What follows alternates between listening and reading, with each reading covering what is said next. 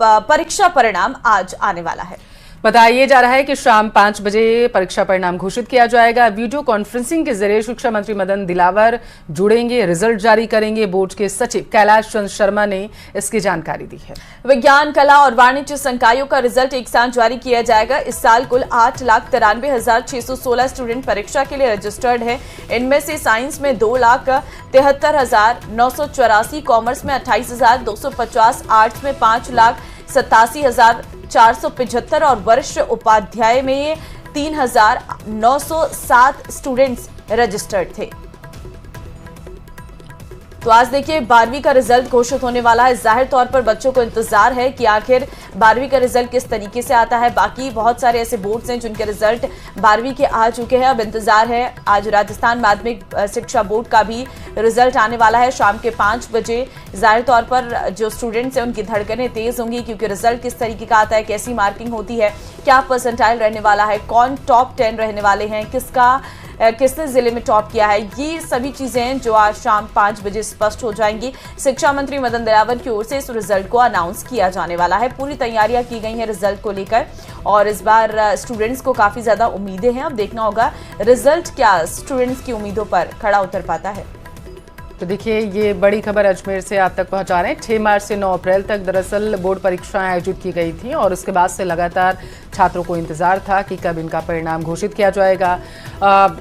अच्छी बात यह है कि शिक्षा मंत्री खुद ही रिजल्ट की घोषणा करते हुए नजर आएंगे। शाम 5 बजे का वो समय रहेगा जब वो रिजल्ट घोषित करेंगे और इस दौरान इससे पहले लगातार अधिकारियों की तरफ से छात्रों को सलाह दी जा रही है कि रिजल्ट कैसा भी हो उनका आत्मविश्वास बना रहना चाहिए। और देखिए मुख्यमंत्री भजनलाल शर्मा ने एक महत्वपूर्ण फैसला लेते हुए जयपुर मेट्रो परियोजना के फेज 2 की डिटेल प्रोजेक्ट रिपोर्ट यानी कि डीपीआर को मंजूरी दी थी है। इस निर्णय के बाद अब डीपीआर को केंद्र सरकार के आवासन एवं शहरी कार्य मंत्रालय को मंजूरी हेतु भेजा गया है। बताया जा रहा है कि जैसे ही केंद्र से स्वीकृति प्राप्त होगी परियोजना का निर्माण कार्य शुरू कर दिया जाएगा। जयपुर के उत्तर दक्षिण ट्रांजिट कॉरिडोर टोडी मोड़ से प्रहलादपुरा तक ये प्रस्तावित है, जिसकी कुल लंबाई लगभग 42.80 किलोमीटर होगी। तो इस मार्ग पर कुल 36 स्टेशन प्रस्तावित किए गए हैं, जिनमें से 34 एलिवेटेड और 2 अंडरग्राउंड मेट्रो स्टेशन बनाए जाएंगे। परियोजना की अनुमानित लागत जो है 12 करोड़ 260 आकी गई है, जिसके लिए एशियन डेवलपमेंट बैंक और एशियन इंफ्रास्ट्रक्चर इन्वेस्टमेंट बैंक से ऋण प्राप्त करने की सहमति मिल चुकी है।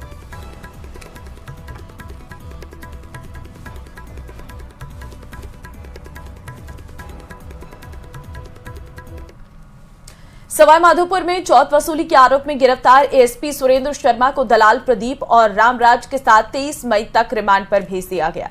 19 मई को जयपुर एसीबी की टीम ने एएसपी सुरेंद्र कुमार शर्मा को 2 दलालों के साथ गिरफ्तार किया था। हालांकि ये मामला सवाईमाधोपुर में उनकी पिछली पोस्टिंग के दौरान किए गए भ्रष्टाचार से जुड़ा हुआ है, जबकि एसीबी ने उन्हें जयपुर में उनके वर्तमान तैनाती स्थल से पकड़ा है। ये रिपोर्ट देखिए।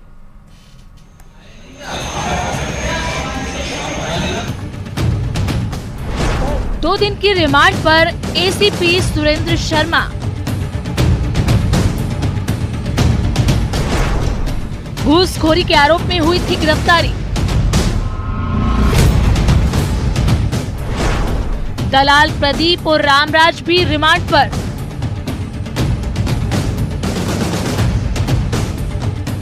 सोमवार यानी 19 मई को जयपुर एसीबी ने चौथ वसूली के आरोप में एसीपी सुरेंद्र शर्मा को गिरफ्तार किया, जिन्हें कोर्ट में पेशी के बाद 23 मई तक रिमांड पर भेज दिया गया है। एसीबी ने एसपी सुरेंद्र शर्मा के दलाल प्रदीप कुमार उर्फ बंटी पारिक को जयपुर के प्रताप नगर स्थित एक होटल से पकड़ा। एसीबी ने उसके पास से 11 लाख रुपए की रकम बरामद की। वहीं दूसरे दलाल रामराज मीणा को 2 लाख रुपए कैश के साथ सवाईमाधोपुर से पकड़ा है।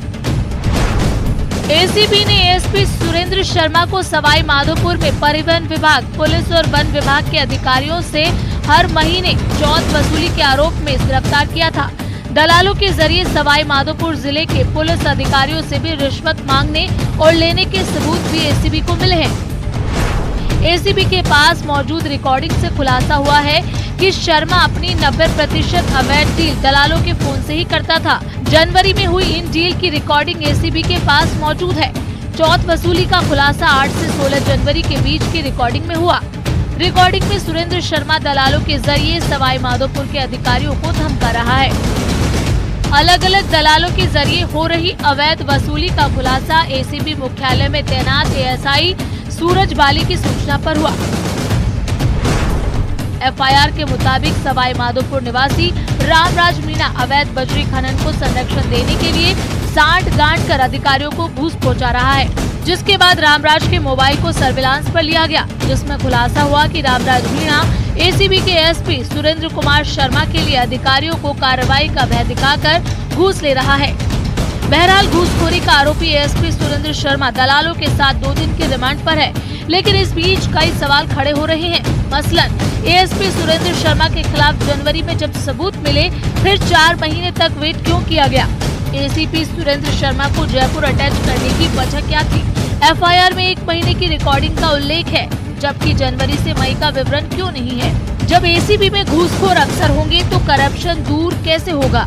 Bureau report, news 18।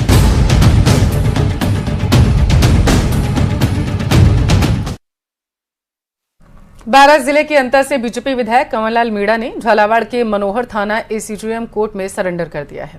उस पर तत्कालीन एसडीएम पर पिस्तौल तानने के 20 साल पुराने एक मामले में 3 साल की सजा सुनाई गई है। 7 मई को सुप्रीम कोर्ट ने 2 हफ्ते के अंदर उन्हें ट्रायल कोर्ट के सामने आत्मसमर्पण करने का निर्देश दिया था।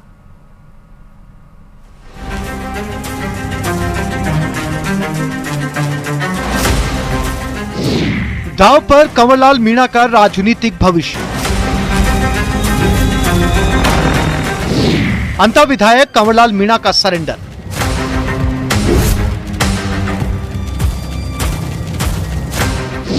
अब विधायकी पर लटकी तलवार।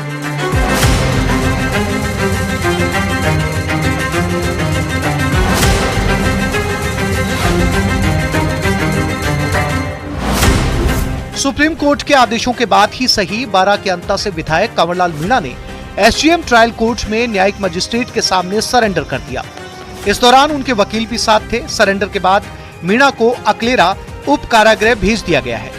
सरेंडर से पहले कंवरलाल मीणा ने प्रसिद्ध हनुमान तीर्थ कामखेड़ा बालाजी मंदिर में दर्शन भी किए। न्यायपालिका के आदेश के लिए मैं आज कोर्ट में माननीय न्यायालय के सामने समर्पण कर रहा हूँ। विधायक कंवरलाल मीणा को कोर्ट से 3 साल की सजा मिल चुकी है। ऐसे में अब उनकी विधायकी पर भी सवाल खड़े हो रहे हैं, क्योंकि जन प्रतिनिधित्व अधिनियम के तहत 2 साल या उससे ज्यादा की सजा होने पर सदस्यता रद्द हो सकती है। कांग्रेस लगातार उनकी सदस्यता रद्द करने की मांग कर रही है। इस बीच कांग्रेस ने इस मामले में सुप्रीम कोर्ट जाने के संकेत दिए हैं। राजस्थान के अंदर सुप्रीम कोर्ट के फैसले के बावजूद भी एक विधायक अंता के विधायक माननीय कंवरलाल मीणा जी की सदस्यता 24 घंटे के अंदर खत्म होनी चाहिए थी। आज भी लिए बैठे हैं और फिर कहते हैं कि मैं संवैधानिक पोस्ट पे हूं, मेरी इज्जत करो, मैं निष्पक्ष हूं, मैं पारदर्शी हूं, मैं किसी का पक्षपात नहीं करता।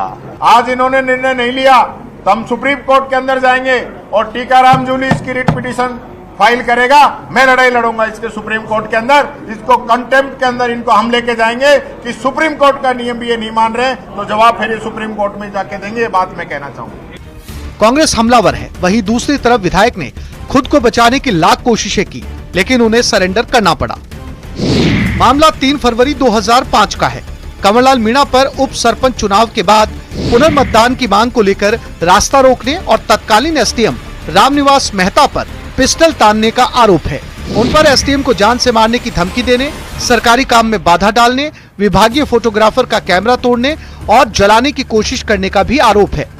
करीब 20 साल पहले झालावाड़ जिले के मनोहर थाना क्षेत्र के खाताखेड़ी उप सरपंच चुनाव मामले में तत्कालीन एसडीएम और प्रशिक्षु आईएएस को पिस्तौल दिखाकर धमकाने और राजकाज में बाधा के मामले में बारां जिले के अंता विधायक कंवरलाल मीणा को आज झालावाड़ जिले की मनोहर थाना एसीजेएम कोर्ट में सरेंडर करना पड़ा।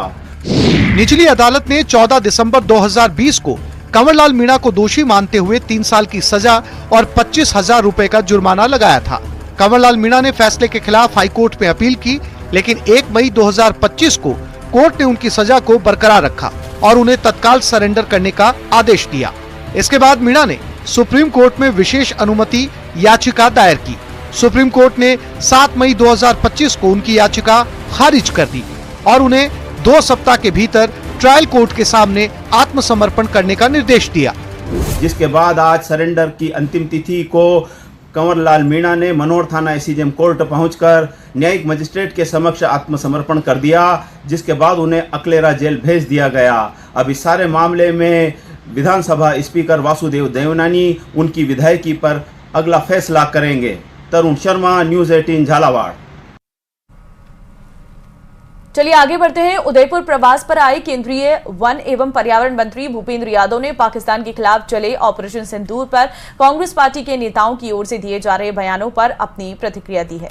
उन्होंने कहा कि ऑपरेशन सिंदूर के जरिए भारत ने आतंकवाद के खिलाफ एक बड़ी लड़ाई को लड़ा है। इस ऑपरेशन से भारत ने पूरी दुनिया को एक संदेश दिया कि आतंकवाद के खिलाफ हम कोई भी समझौता नहीं करेंगे। इस मामले पर सभी सांसद एकजुट हैं। वहीं राहुल गांधी द्वारा सोशल मीडिया पर उठाए गए सवालों पर मंत्री यादव ने कहा है कि ये देश की सुरक्षा का विषय है और इस पर पूरा देश एकजुट होकर लड़ाई लड़ रहा है। के खिलाफ एक बड़ी लड़ाई को लड़ा है। प्रधानमंत्री जी के नेतृत्व में देश के सभी सांसद एकजुट होकर और आतंकवाद को जो भारत प्रताड़ित हुआ है उसको वैश्विक मंच पे रख रहे हैं और ऑपरेशन सिंदूर से भारत ने दुनिया को एक बड़ा संदेश दिया है कि हम आतंकवाद को स्वीकार नहीं करते हैं। सीधा आरोप ये है कि सिंदूर के माध्यम से राजनीति की जा रही है। ये तो देश की रक्षा का विषय है, राष्ट्र की रक्षा के लिए और आतंकवाद के विरुद्ध पूरा देश एकजुट होकर के लड़ रहा है।